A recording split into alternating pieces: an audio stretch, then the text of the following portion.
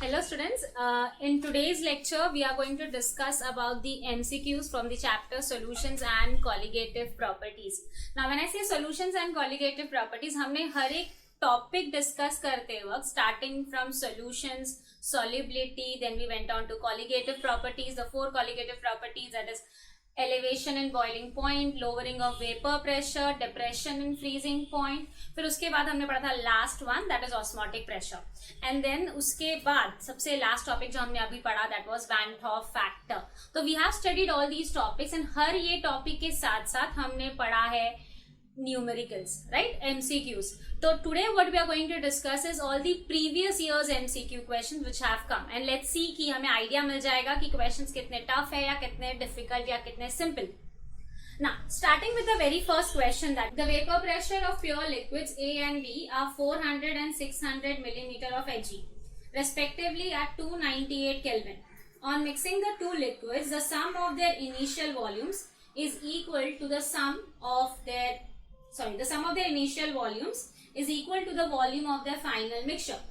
The mole fraction of the liquid B is 0.5 in the mixture. The vapor pressure of the final solution, the mole fraction of the components A and B in vapor phase respectively are.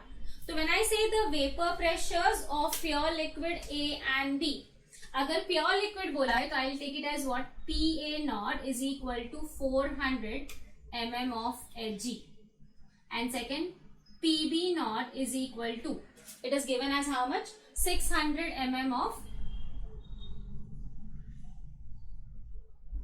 Hg. इसी के साथ साथ हमें question में क्या mention है? The sum of their initial volumes is equal to the volume of the final mixture. Okay, मतलब I can say V2 is equal, or V final is equal to V1 plus V2. The mole fraction of liquid B is 0.5 in the mixture. तो mole fraction of liquid B अगर बोला है 0.5, तो यहां से हमें पता है mole fraction, the sum of the mole fraction is equal to 1. तो XB is what? Sorry, XA is what? 1 minus XA. Now 1 minus XA is what? 1 minus 0.5, which is equal to 0.5. So we have XA. Now according to Raoult's law, we say PS is what? We say PS is equal to P1 naught into X1 plus P2 naught into X2. तो PS क्या हो जाएगा? PA naught into XA plus PB naught into XB.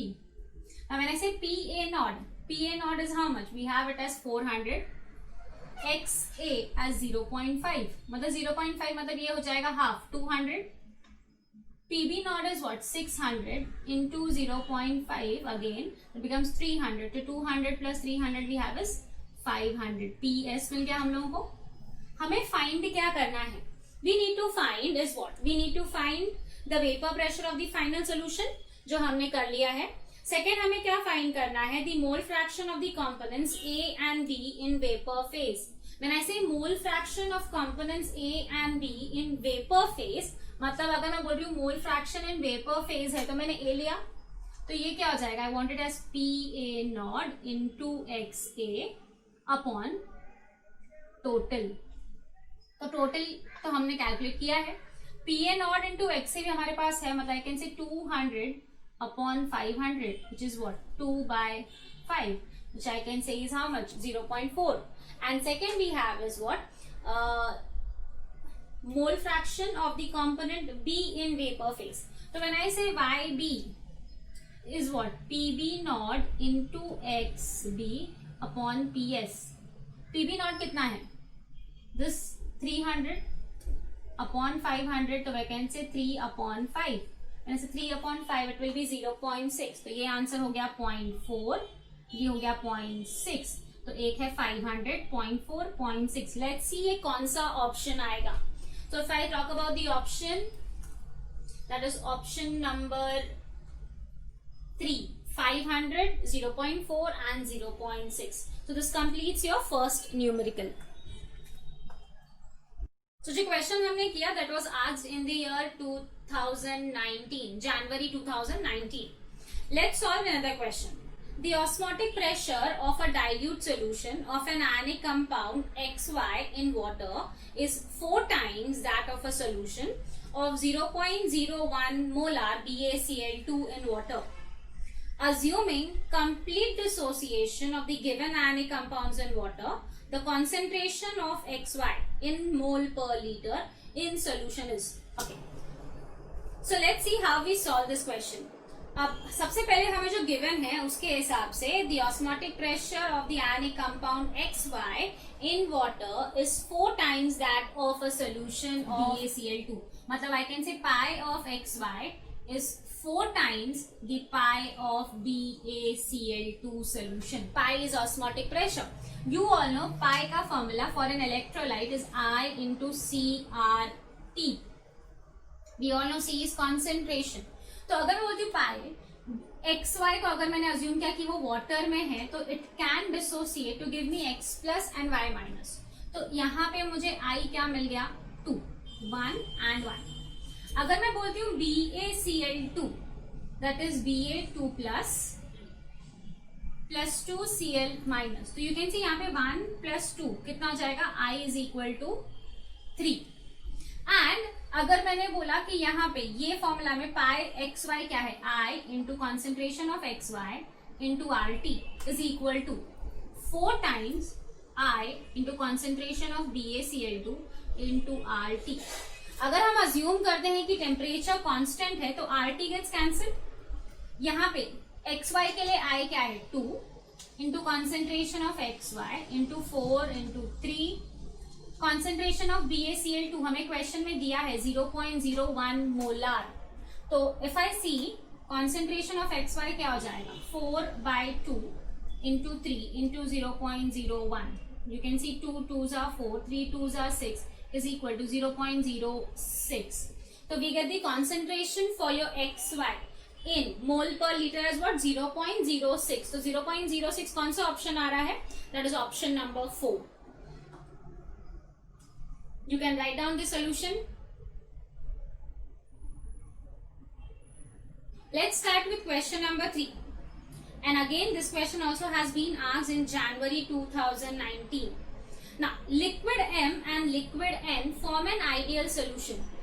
The vapor pressures of pure liquids M and N are 450 and 700 mm of Hg, respectively at the same temperature. The correct statement is Xm is equal to mole fraction of M in the solution, Xn is equal to mole fraction of N in the solution, Ym is equal to mole fraction of M in vapor phase, and Yn is equal to mole fraction of N in vapor phase. हमें find करना है किसका mole fraction greater than है या किसका mole fraction lesser than है. सो you can see सबसे पहले लिक्विड M और N का वेपर प्रेशर क्या दिया है हमें 450 and 700. So you can see if I pure liquid है तो PM nought is equals to 450 and same PN nought is as 700. Now according to this इसके बाद हमें क्या फाइंड करना है Yx और Xm Ym एंड साथ में Ym एंड Yn क्या है. Ym is mole fraction of M in vapour phase, mole fraction of N in vapour phase. तो प्रीवियस सम हमने फर्स्ट सम इसी को रिलेटेड किया था. इफ आई से हमें Ym वेपर फेज फाइंड करना है तो it will be what PM nought into Xm upon PS that is total. Same अगर मतलब Yn is equals to Pn naught into Xn upon PS. Now, most of these options अगर हम देखें तो उसमें क्या लिखा है Xm upon Xn. मतलब मुझे इन दोनों को डिवाइड करना है एंड इन दोनों को भी डिवाइड करना पड़ेगा. तो अगर मैं इसको मैं लेती हूँ 1 एंड इसको मैं लूँ 2, तो इफ आई से डिवाइडिंग इक्वेशन 1/2 मतलब Ym upon Yn. You can see when you divide both of them दोनों में डिनोमिनेटर सेम है. दोनों में डिनोमिनेटर सेम है मतलब वो कैंसिल हो जाएगा. तो what is left is PM nought into Xm upon PN nought into Xn. तो if I say PM nought का वैल्यू है हमारे पास 450 इंटू Xm and this is 700 into Xn मतलब Ym अपॉन Yn. तो यू कैन सी बिना divide किए I can see this value Xm और Xn जो है it's like A is equal to 4 times of B. 4 times of B मतलब B उतना ज्यादा बड़ा वैल्यू है. तो you can C which value will be greater, xm upon xn or ym upon yn. So we can say xm by xn is greater than, I can say if x, अगर मैं इसको ऐसे लिखूं 450 upon 700 into xm xn and ym on yn, तो we can simply say ये value बड़ा है, तो I can say x of m upon x of n is greater than y of n upon y of n. So this corresponds to your option number C. Write it down and we'll move to the next question. Question number 4. Molal depression constant for a solvent is 4 kg per mole. It should be 4 Kelvin kg per mole. The depression in the freezing point for the solvent of 0.03 mole per kg solution of K2SO4 is, assuming complete dissociation of the electrolyte. हमें find क्या करना है? depression in freezing point. Now you know when I say depression in freezing point और electrolyte है तो delta TF is equals to I into KF into M. Now as you can see question में क्या बोला है? It is K2SO4. If I say K2SO4, it undergoes complete dissociation, so we get is 2K plus SO4 2 minus, मतलब 2 plus 1 it is equal to 3. तो ये 3 हो जाएगा. Kf is constant, तो constant हमें कितना दिया है? 4. And molality we have been given 0.03 mole per kg. So you can see it becomes 4 into 0.09 and 4 nines is what? 36. So we get the answer as 0.36 Kelvin. That is your option number B. You can write it down. Question number 6. At room temperature, a dilute solution of urea is prepared by dissolving 0.6 grams of urea in 360 grams of water. If the vapor pressure of pure water at this temperature is 35 millimeter of Hg, lowering of vapor pressure will be. Molar mass of urea दिया हुआ है 60 gram per mole. So as we know, when we talk about lowering of vapor pressure, we have the formula delta P upon P1 naught is equals to x2. When I say x2, if I say delta P find करना है, तो delta P is what? P1 naught into x2. x2 is what? N2 upon N1 plus N2. We know N2 is your solute, जो question में दिया है urea, and N1 is water. So if I say N2 is what? Mass upon molar mass of urea. Mass of urea जो हमें दिया है that is 0.6. and urea का molar mass हमें पता है 60, तो आई कैन से 6 upon 600 which is equal to 1 upon 100 which is equal to 0.01. Same अगर बोल तो N1 मास ऑफ वाटर दिया हुआ है 360 and we know molecular mass of water is 18, तो ये कितना हो जाएगा? It is equal to 20. So if I say P1 naught, vapor pressure of pure solvent that is water is given as 35 mm of Hg. तो मैंने से 35. N2 क्या दिया हुआ है हमें? 0.01 upon N1 plus N2. N1 कितना है हमारा? N1 is 20 plus 0.01. तो ये हम लोग को सॉल्व करना है. तो you can see when you solve 20 plus 0.01 delta P is equals to 35 upon 100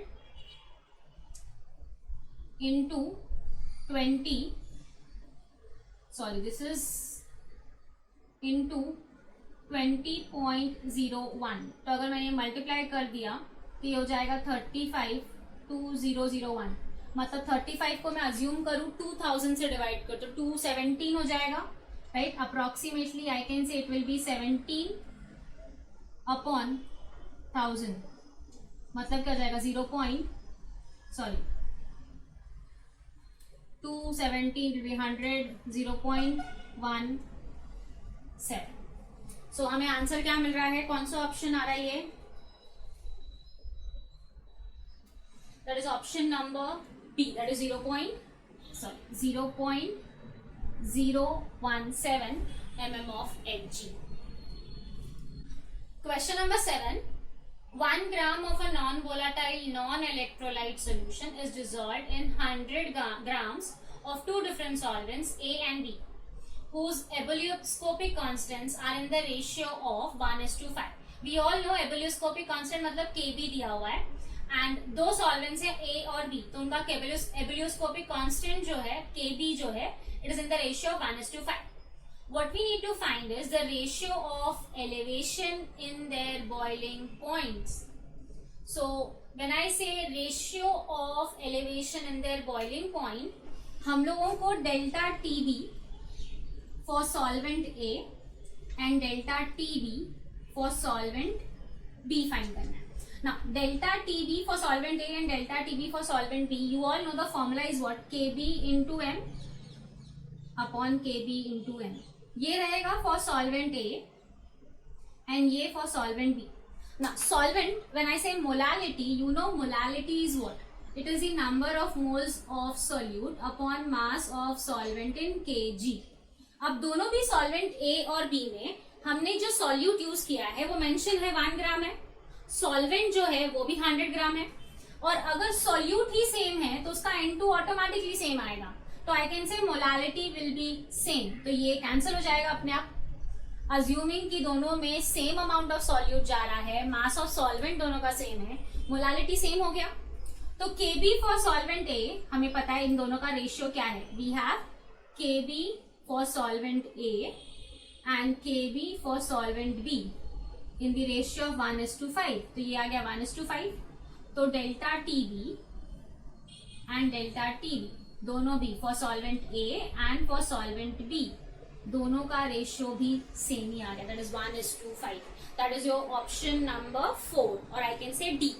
so from this you can see हम लोग अभी जो भी क्वेश्चंस कर रहे हैं वो एक्चुअल में जैन 2019 के ही क्वेश्चंस हैं, क्योंकि जैन 2019 में एग्जाम जो है it was conducted online as well as offline, और एग्जाम जनवरी में भी हुए थे और साथ में ऑफलाइन में ऑनलाइन में वी हैड कॉन्जिक्यूटिव सेशंस, एक के बाद एक के. हम लोग के पास अपने ऑप्शंस थे कि हम डेट्स चूज कर सके, इसलिए we have many questions based on Jan 2019 only. Now question number 8. The mole fraction of a solvent in aqueous solution of solute is 0.8. The molality of the aqueous solution is, you can सी हमें mole fraction दिया है और हमें उसे molality find करना है. तो we have a simple formula which we can use. Direct formula है जो हमें हेल्प करता है फाइंड करने में कि मोल फ्रैक्शन और मोलालिटी में क्या कन्वर्जन हो सकता है. तो यू कैन सी सबसे पहले we have been given our mole fraction for solvent. तो when I say mole fraction for solvent that is x2 is equal to 0.8. तो x1 क्या रहेगा? 1 minus x2 which is equal to 0.2. ना as I said हम लोग को find क्या करना है? Mole fraction. और मोल फ्रैक्शन और मोलालिटी के लिए we have a direct formula. तो you can see mole fraction is equal to molality into molecular mass upon 1000 plus m. तो अगर मैं ये x2 के लिए मोलालिटी के लिए रीअरेंज करूं, it becomes 1000 upon m 1 mass of solvent into x2 1 minus x2. तो ये 1000 you can see 1000 upon m1. We all know molecular mass of solvent. Solvent अगर वाटर है तो 18 हो जाएगा into x2 is 0.8. 1 minus x2 that is 0.2.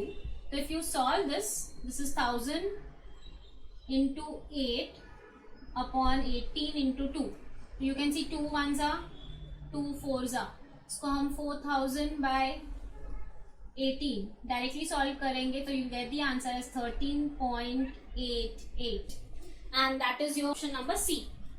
Let's start with question number 9. A solution is prepared by dissolving 0.6 grams of urea molar mass 60 gram per mole, and 1.8 gram of glucose, molar mass is equal to 180 gram per mole in 100 ml of water at 27 degrees Celsius. The osmotic pressure of the solution, R का value दिया है हमें 0.08206 litre atmosphere पर kelvin पर मोल। तो हम लोग को फाइंड करना है total osmotic pressure for a solution, जहां पे हमने यूरिया भी ऐड किया है और ग्लूकोज। तो यू नो अगर मुझे पाई फॉर्मूला करना है तो pi is what, C1RT plus C2RT, assuming कि यूरिया और ग्लूकोज दोनों भी नॉन इलेक्ट्रोलाइट है, we are not considering R. Now when I say C1 and C2, you can see C1, if I talk with respect to C का formula क्या है, N/V, that is number of moles upon volume. So number of moles for urea, if I say C1 is equals to N1/V, तो N1 is 0.6/60 into volume कितना दिया है हमें 100 ml, मतलब I can say it is 0.1 liter. So you can see 0.6, 60 becomes what, 6, 0.6 and 0.1 becomes 6/60. This becomes 1/10, which is 0.1. Now C2 is equal to N2/V, that is with respect to glucose.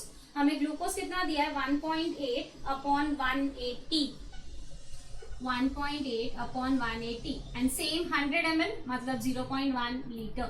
तो ये point चला जाएगा. What we are left with is 18/180 means again it is 0.1. तो you can see अगर मैं दोनों में RT common निकालूं तो total pi is what, C1 plus C2 RT. C1 is what, 0.1 plus 0.1, that comes to 0.2. R हमें दिया है 0.082 and temperature, when I say temperature 27 degrees Celsius, that is 300. So if you multiply this, we get the value as 4.92 atm. That is option number 3. You can write it down. Next question. Question number 10.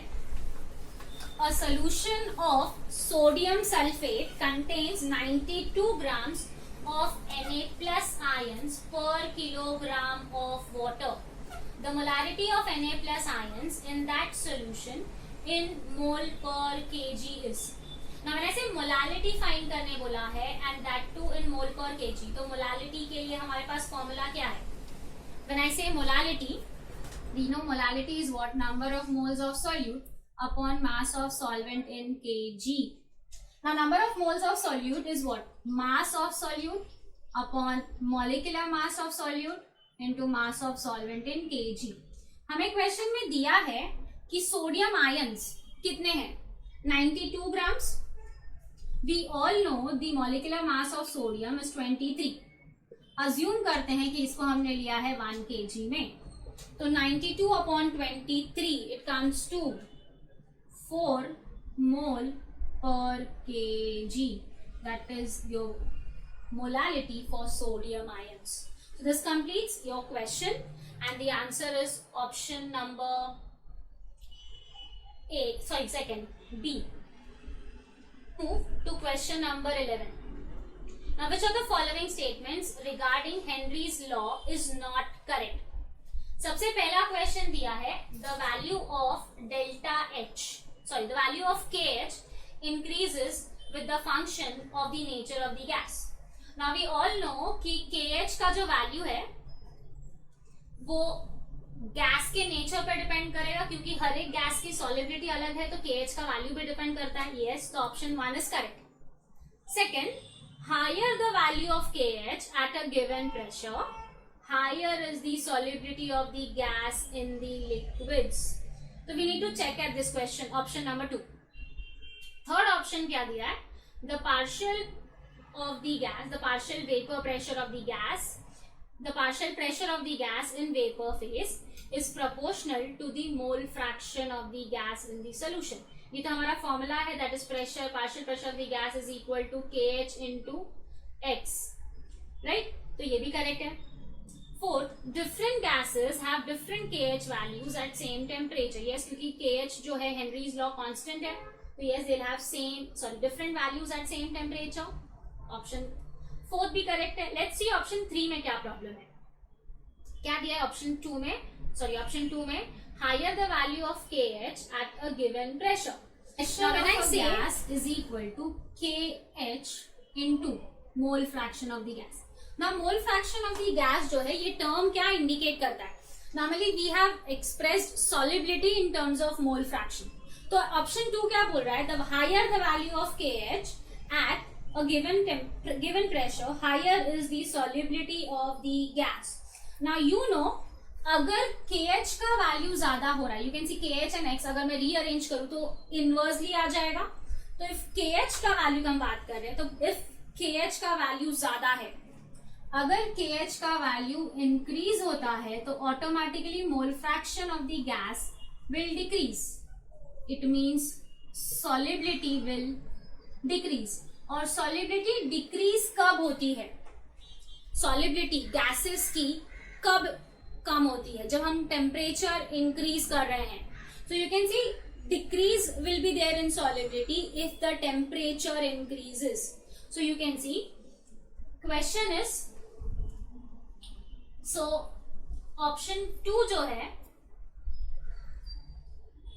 that is higher the value of KH at a given pressure, higher is the solubility of the gas in the liquids. Question number 12. Liquids A and B form an ideal solution in the entire composition range. At 350 Kelvin, the vapor pressure of pure A and pure B are 7 into 10 raised to 3 Pascal and 12 into 10 raised to 3 Pascal respectively. The composition of vapor in equilibrium with the solution containing 40 mole % of A at this temperature is. So you can see according to the given conditions we have PA naught and PB naught given. ऐसे PA naught हमें कितना दिया है? 7 into 10 raised to 3 Pascal and PB is given as 12 into 10 raised to 3 Pascal. उसी के साथ साथ हमें दिया है composition of vapor in equilibrium, that is 40 mole % of A. Vapor बोला है तो YA लेंगे 40%, मतलब 40 upon 100 that is equal to 0.4. तो similarly YB मुझे मिल जाएगा कितना? YB will be what? 1 minus 0.4, that is 0.6. So हमारे पास ये सब आ गया है. हमें फाइंड क्या करना है? We need to find the composition of vapor in equilibrium with a solution containing 40 mole % of A. mole % है ये, सॉरी, तो ये x A दिया है और ये x B मिला है.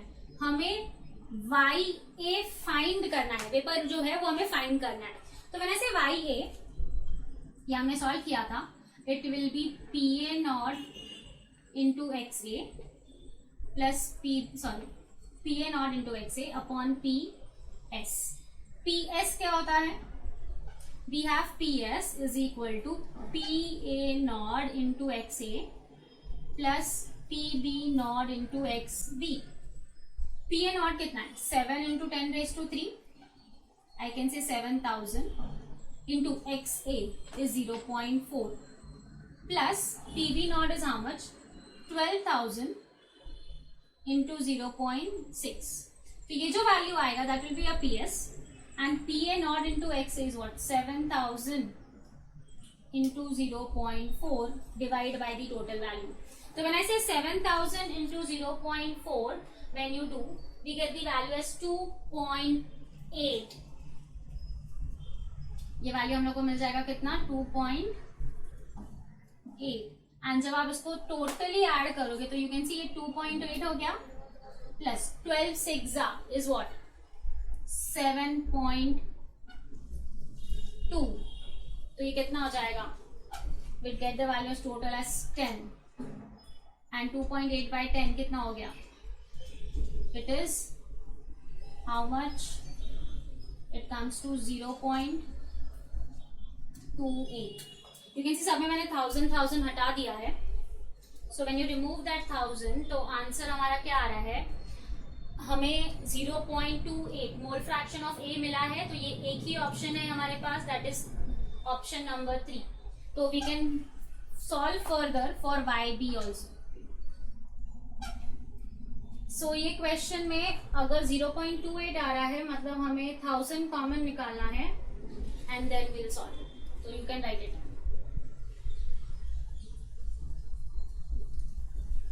Question number 13. The amount of sugar, that is C12H22O11, is required to prepare 2 liter of its 0.1 molar aqueous solution. It's a very simple question. We all know molarity formula क्या है. Molarity is number of moles of solute upon volume of solution in liter. When I say number of moles of solute, it is mass upon molar mass of solute and volume of solution in liter. हमें molarity दिया है 0.1. तो अगर मैं rearrange करूं m into n2 into volume, m is given as 0.1. molecular mass for urea, sorry, molecular mass for sugar, we all know it will be 342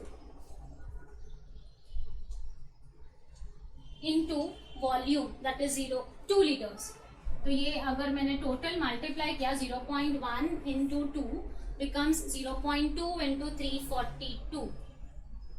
So 0.2 into 342 will be how much?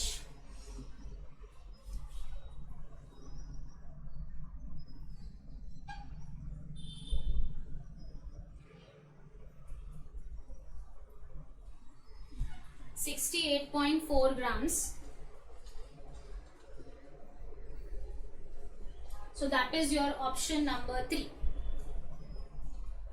You can write down the solution. We'll move to the next question. Question number 14. Elevation in boiling point for 1 molar solution of glucose is 2 Kelvin. The depression in freezing point for 2 molar solution of glucose in the same solvent is 2 Kelvin. The relationship between Kb and Kf is.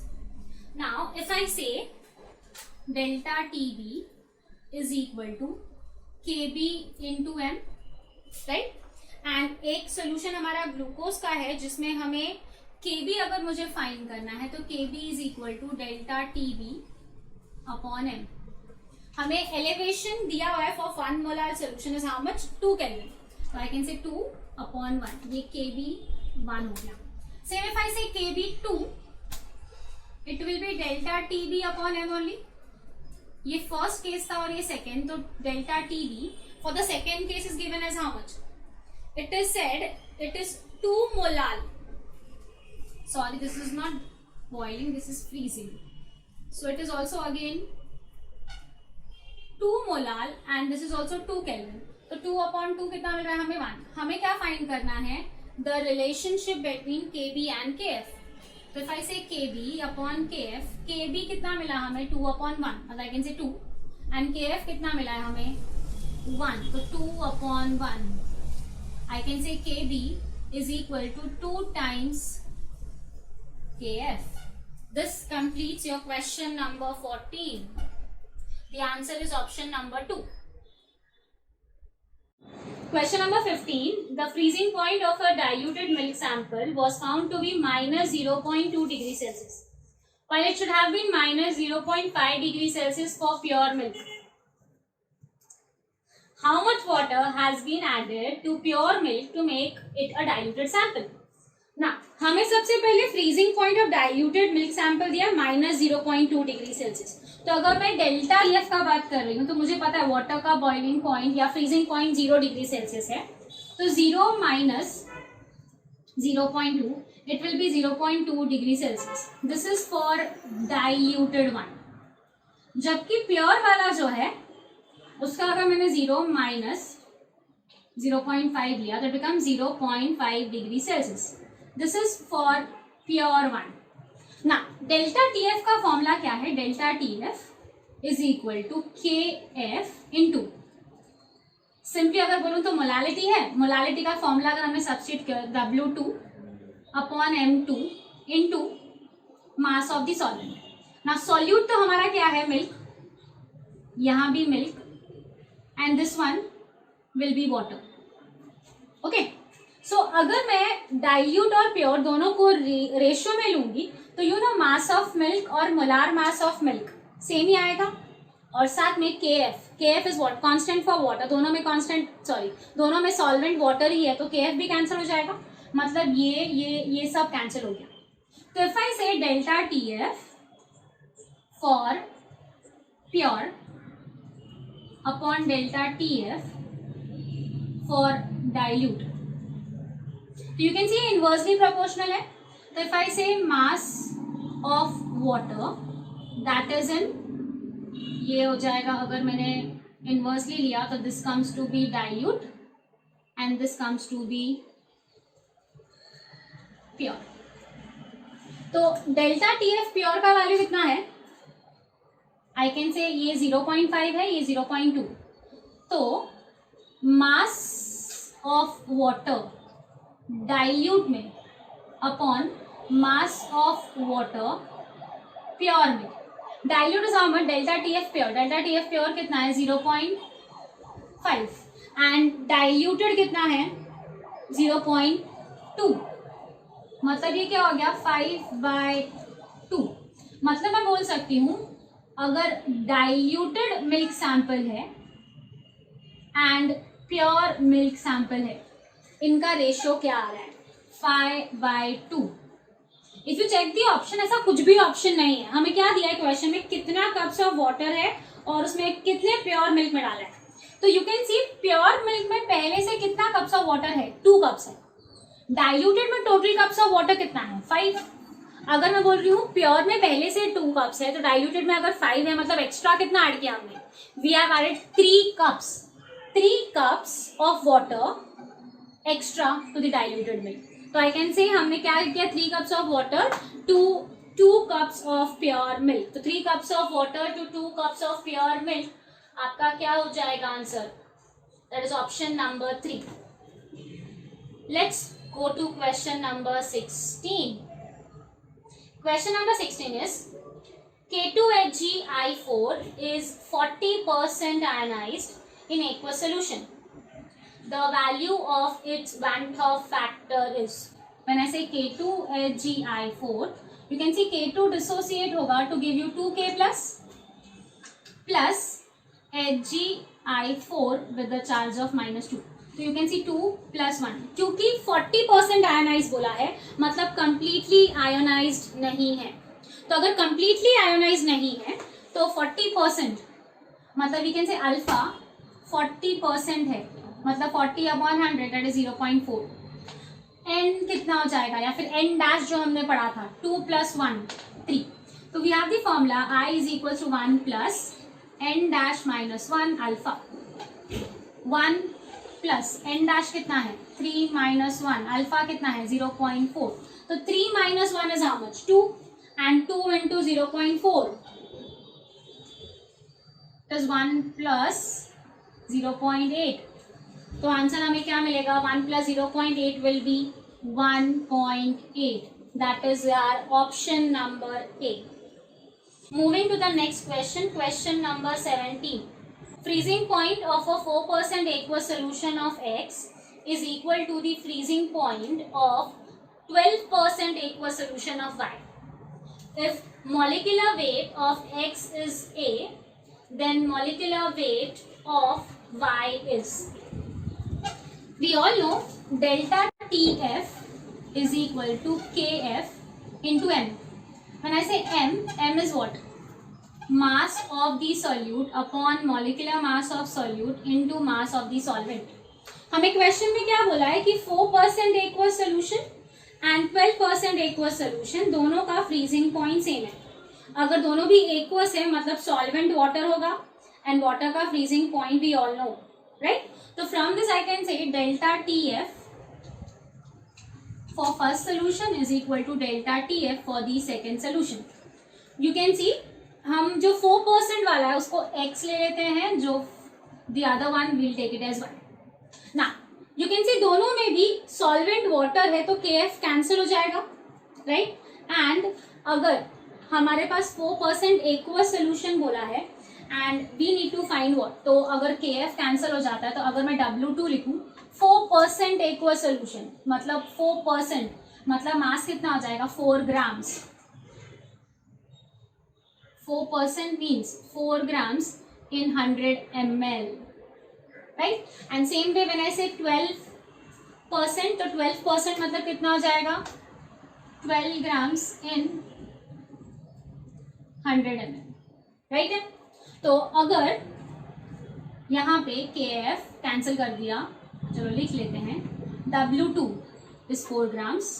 इसका molecular mass हमें बोला है to consider as what A, we are considering its molecular mass as A into mass of solvent क्या आ जाएगा, you can see अगर ये 4 grams in 100 ml बोला है मतलब इतना ग्राम्स सॉल्यूट है टोटल सोल्यूशन में, तो सॉल्वेंट क्या हो जाएगा 100 minus 4, 100 minus 4 will be how much, that will be 96, but 96 grams होगा। and when I say W1 it should always be in kg, तो अगर मैंने बोला 4 grams in 100 grams है तो mass of solvent is equal to 100 minus 4 which is equal to 96 grams।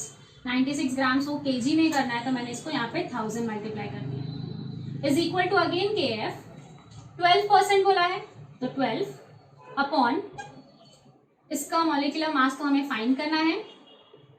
Again 100 मतलब मास of solvent क्या हो जाएगा 100 minus 12 that is equal to 88 grams, तो 88 यहाँ पे 1000 ले लिया।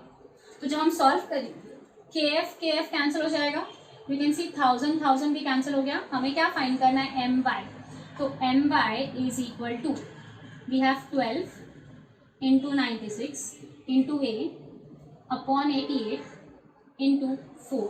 तो यू कैन सी ये हम सॉल्व कर सकते हैं 4 3s are 12, 88 and 96 can be done in the table of 2 also, and अगर हम इसको सॉल्व करें that is 3 into 96 upon 88 we get the answer as 3.27A। if you check the answer 3.27A कौन सा ऑप्शन आ रहा है approximately, that is option number 2।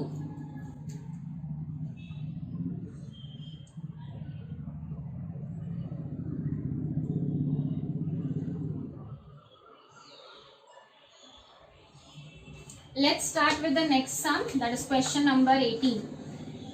Question number 18 क्या है 8 grams of NaOH is dissolved in 18 grams of H2O। Mole fraction of NaOH in solution and molality in mole per kg of the solution is respectively। So अगर हम ये sum solve करने को try करें तो बहुत सिंपल है क्योंकि हमें मोल फ्रैक्शन फाइंड करना है एंड मोलालिटी फाइंड करना है। सबसे पहले व्हेन आई से NaOH के लिए नंबर ऑफ मोल्स क्या रहेगा, हमें गिवन मास है that is 8 grams। We all know NaOH 23 plus 16 plus 1 it comes to 40, so it will be what 4 2s are 8 that is 0.2। N1 that is 18 grams of water, तो मुझे पता है 18 grams और molecular mass भी 18 है तो ये क्या हो गया 1। ना सबसे पहले क्या फाइंड करना है हमें मोल fraction of NaOH। If I से X2 it is equal to N2 upon N1 plus N2।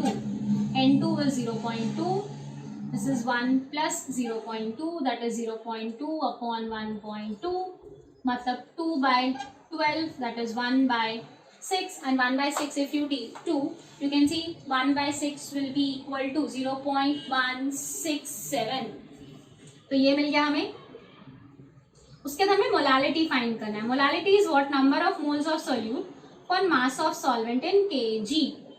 The number of moles of solute is 0.2। mass of solvent in kg हमें मास कितना दिया सॉल्वेंट का 18 grams, तो अगर मुझे 18 grams को kg में लेना है तो it is multiplied by 1000, तो you can see this will be 200 upon 18। तो 200 upon 18 1 जा 18 आएगा, वापस 2 बच जाएगा मतलब you get is 11.11। तो ये कौन सा ऑप्शन आ रहा है, यू कैन सी 0.167 दो जगह पे है बट 11.11 वाले के साथ कौन सा ऑप्शन आ रहा है? That is option number 3.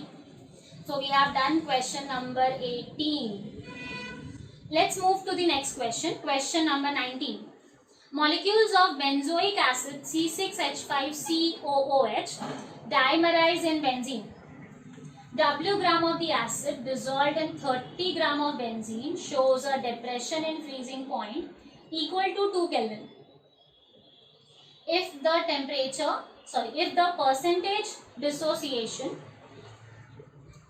percentage association of the acid to form dimer in the solution is 80. Percent association मतलब जैसे अगर तुमको याद रहेगा डिसोसिएशन के लिए मैं अल्फा लेती हूँ तो एसोसिएशन के लिए मैं एक्स लेती हूँ. देन W इज KF दिया हुआ है, मोलार मास दिया हुआ है.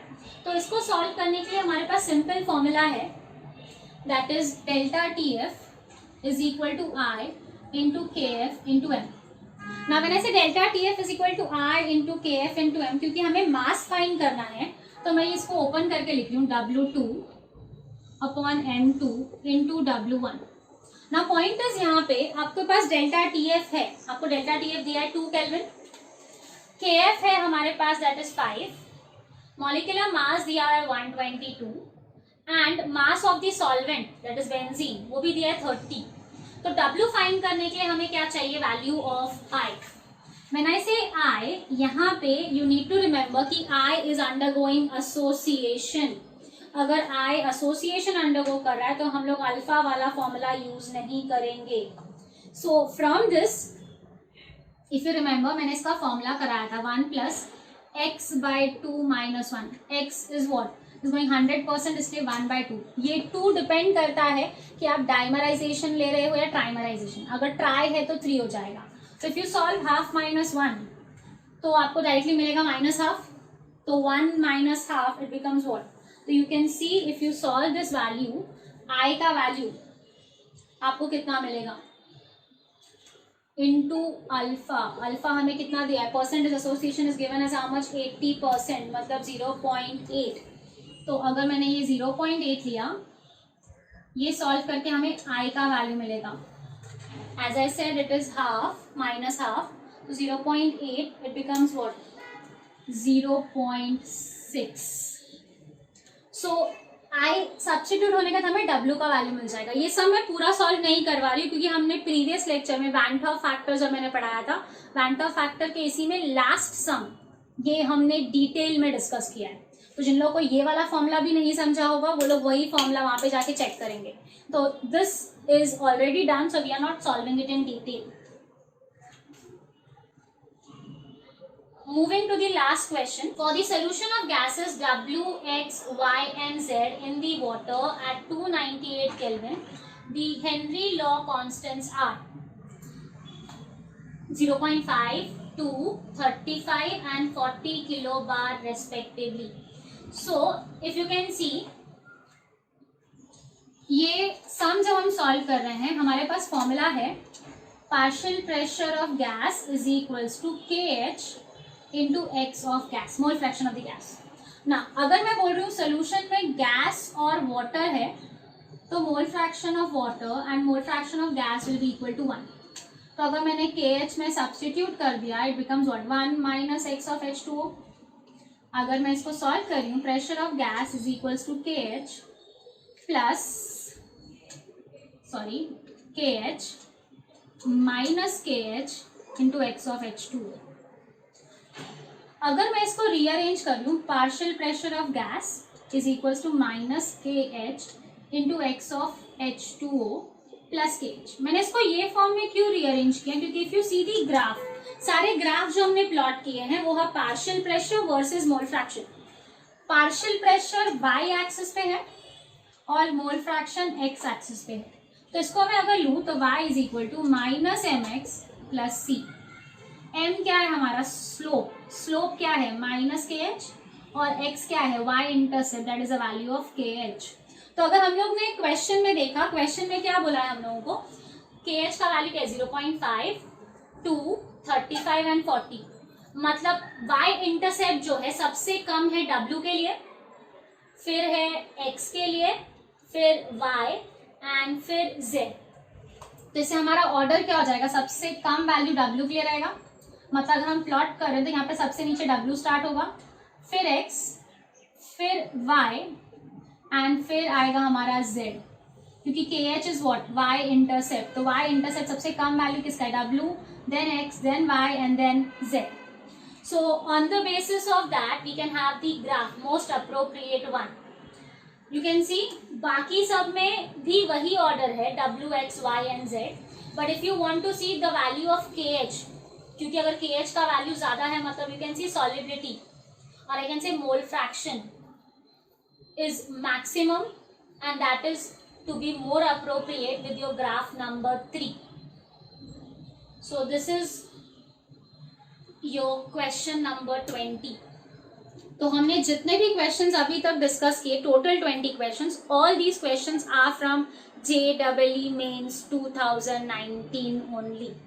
मैक्सिमम क्वेश्चंस या तो जनवरी में या तो अप्रैल के एग्जाम्स में पूछे गए हैं, ऑनलाइन या offline both. So in the next class will be discussing some more previous year questions from the same chapter, solutions and colligative properties.